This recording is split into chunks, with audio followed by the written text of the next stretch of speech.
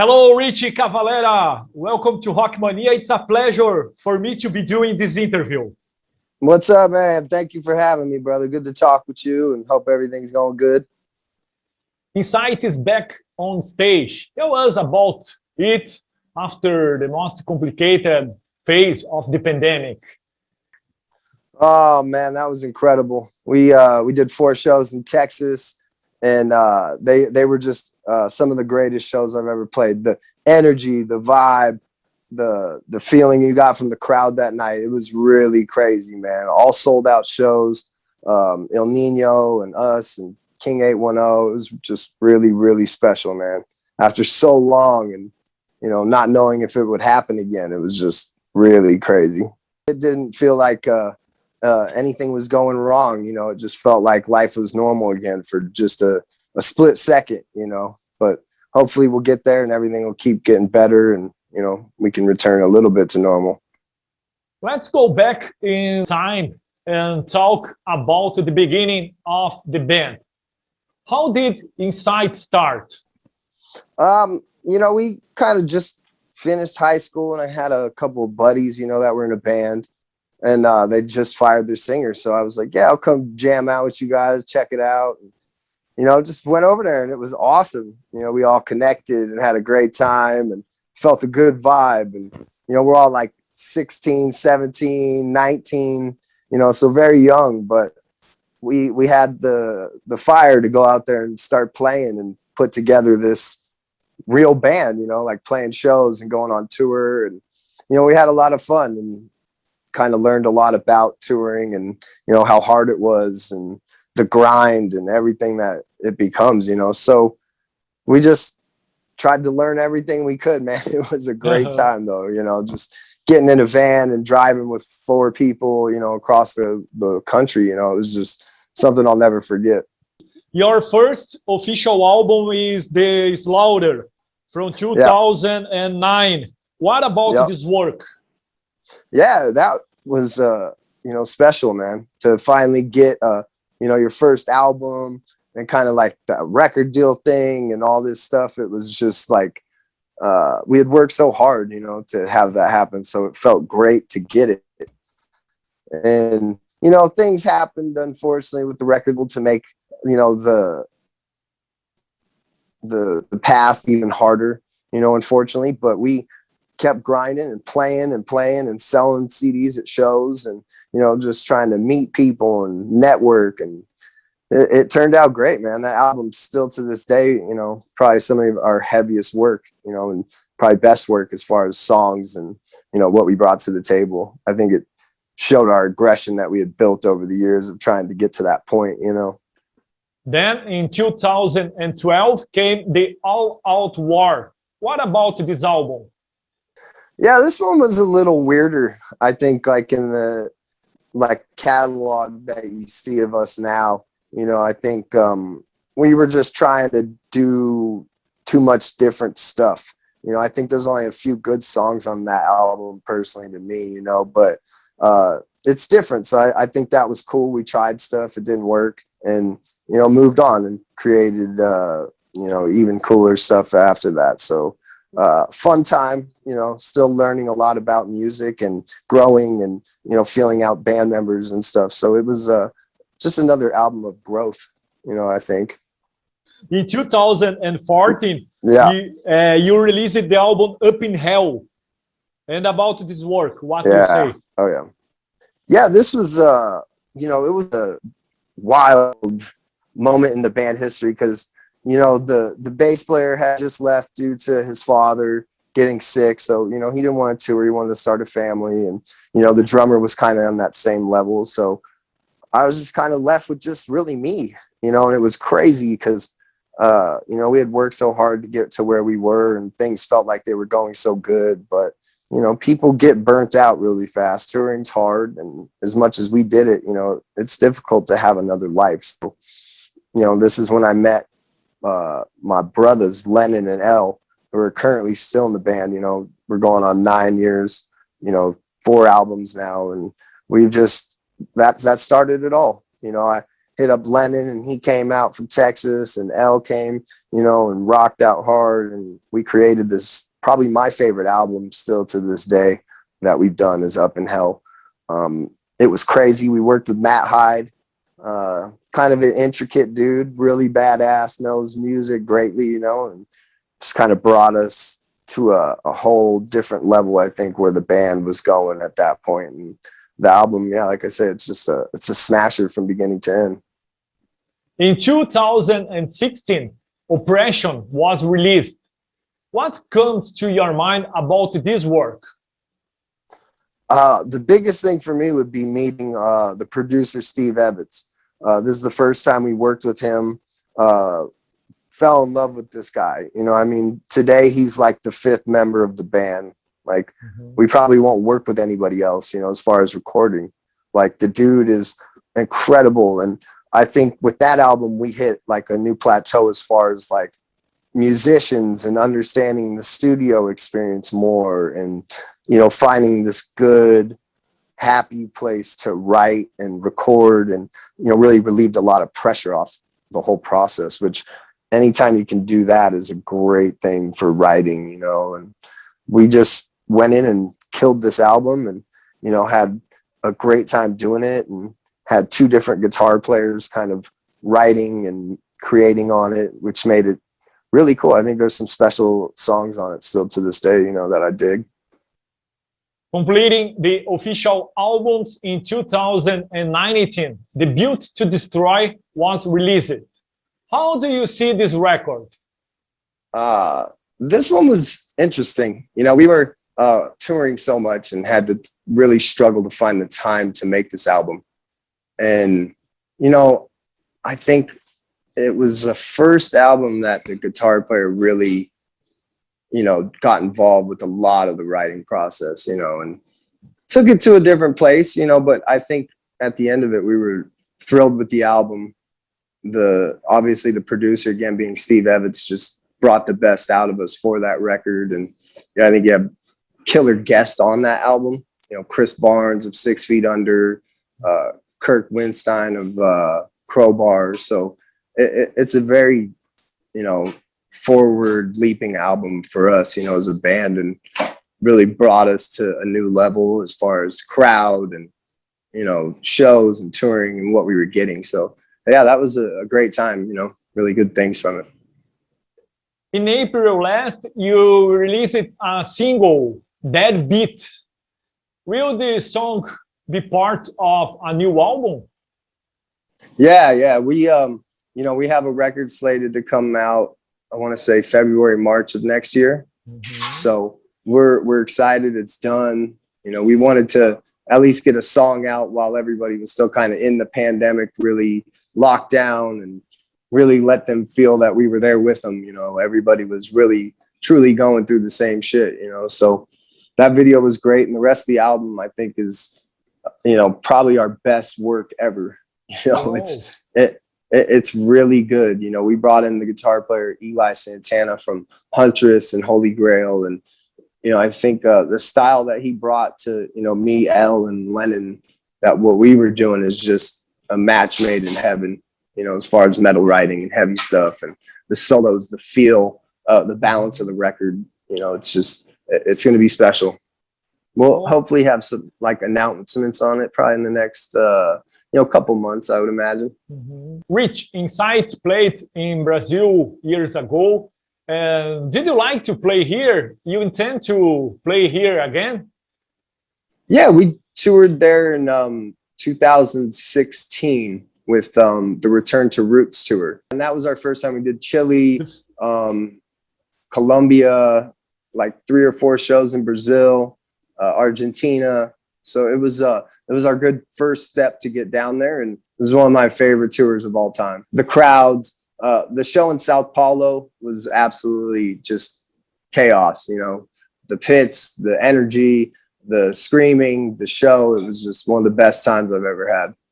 How is to have as a father one of the biggest names in metal world? How much does this end up helping your maturity as a musician? You know, I've been very lucky with the life I've had and fortunate to learn from someone like him and just kind of watch, you know, from behind the scenes and always learning and evolving and understanding the music business as much as, you know, the music creation side. So, you know, I've had a great, you know, view into that and understanding, and, you know, he's been great and he's always positive and always telling you, you know, keep going for what you believe in, you know, and that's always been a great thing to have, and always keeping up the inspiration, you know, and I love that. And, you know, it's gotten to a point where it's fun, you know, he writes an album and I write one and we just try to, you know, see what's happening. It's really cool where the music goes and different feels, and but it's been a true blessing. Indeed, your whole family is pure metal. Your mom, your brothers, a metal family. It's funny because we all like play metal, but then at home you'll catch us all listening to different kinds of music. Like each one of us has our own taste, you know, and it's cool. It all comes back to our roots though, and you know what got us involved with music as deep as we are, you know, and that's heavy metal for sure. What kind of music? I listen to a lot of reggae and, you know, old school 80s like Dawkins, and I love the guitar playing of that era of music. You know, it's so overrated. You know, I think people are underrated. You know, people just like look at it for their outfits and what it was, but if you listen to the guitar work, it's incredible. I saw some pictures of you and Max in your garden, still practicing.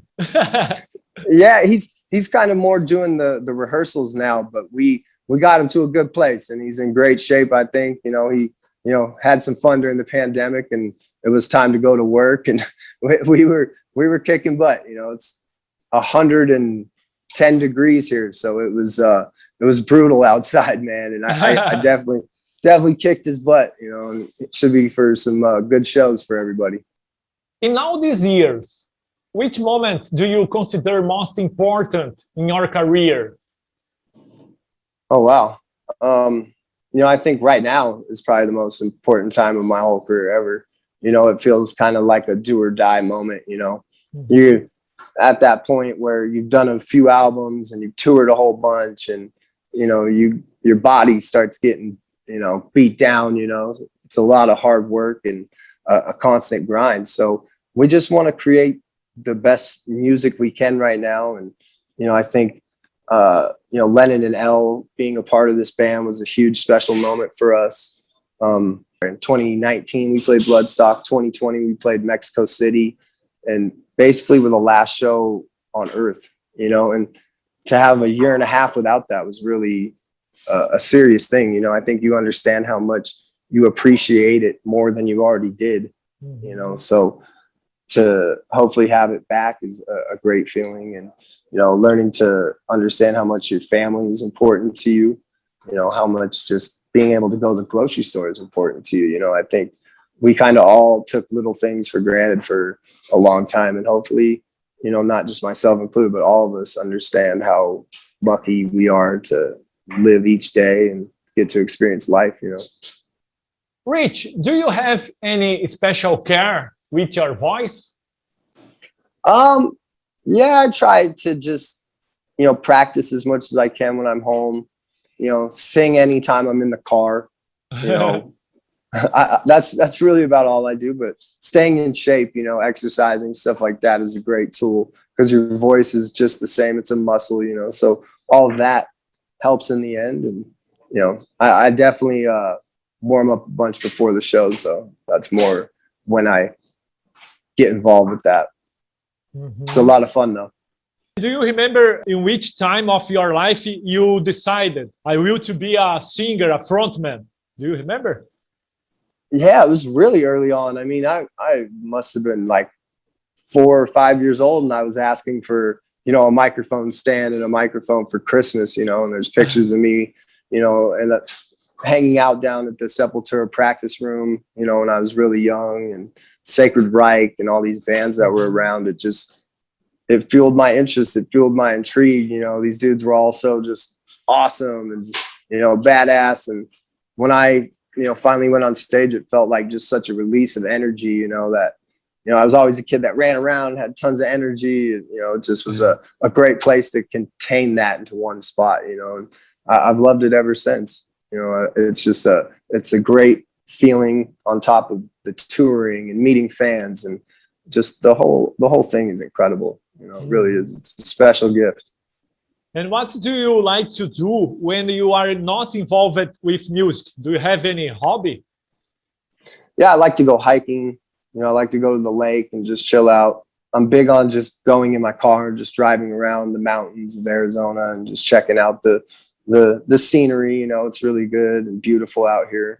And, you know, I really enjoy just relaxing, you know, having peace and quiet. I think tour and all that life, it's endless people and noise and chaos, you know. So I think when you come home, it's about just really taking it easy, relaxing. You know, I got a gold finding machine, so I've been, you know, going around to the park and whatnot and looking for gold and all that. It's just been fun, man, just trying to experience new things during this time. And then when you sit to compose a song, to write a lyric or a melody, the ideas come to your mind, how it works? Yeah, usually I've kind of tried to write a bunch throughout my, you know, time from album to album. So I gain a lot of, you know, memories and experiences of what happened. And, you know, I try to sit down and just listen to the songs. And then as I'm doing that, I really feel which lyrics kind of has the energy, vibe, feeling, emotion of that song, you know. So I think that begins the process of building it, and then kind of take it from there. Just you know, building a chorus, building the verse, and then looking through it. And it takes me a million times after that, because I'm never happy with it, you know, being a singer and the way my mind works, overthinking things that just like, oh, it's so crazy. But at the end of the day, I'm always satisfied with what I do and happy, and know that I gave everything to it, you know. And that's what you want to feel when you write these, and feel like you got out everything you wanted to say, you know, and that's important. And now, Rich, a funny question. If you could be part of any band in the history of music, can be a band that don't exist anymore, like a dream, you in a band, which band and why? I probably would have been in the Deftones. They're my favorite band still to this day, throughout their entire catalog and career. You know, I love the style, I love the feel, I love how just diverse that can be. And for me, that's just something I would have loved to have done for sure. It's that cross medium of really heavy and melodic, you know, that I just really enjoy. Another imaginary question. If you could have any superpower, what would be and why? I'd want to fly, you know, just to kind of go up in the sky, chill, get away, go anywhere on the earth you wanted at any time. You know, that would definitely be my superhero dream. Do you have a dream for your life, for the band, for Mankind? Yeah, you know, I'd like to be like everyone else and, you know, have a family, have a home, you know, a successful career, you know, where I can kind of retire and not have to play till I'm 100 years old, and, you know, just kind of at some point get to enjoy the peace and quiet with, you know, loved ones, and just kind of ride it out until the sunset type vibes. And as far as, you know, Mankind, definitely, man, I hope we get our shit together. You know, I think there's a lot of shit we got to work on as far as just the environment and, you know, all the creatures on it and us and just everything going forward. You know, we got to be smarter, and, you know, it's just what a time to be alive is definitely all I say, you know. And I try not to look too far ahead or too far behind, and really just enjoy every second that comes along, because being in the present is such a gift, you know. From now on, what are your next steps? Yeah, I think we're going to try to do some touring at the end of this year. And I go out with Soulfly here in just a couple of weeks, and an American tour to do merchandise again. So that'll be really exciting to have my other job back, you know, and working again and being on the road again. It'll feel like some things are returning to normal, you know, a little bit. And then yeah, go forward with Incite. Lots of touring.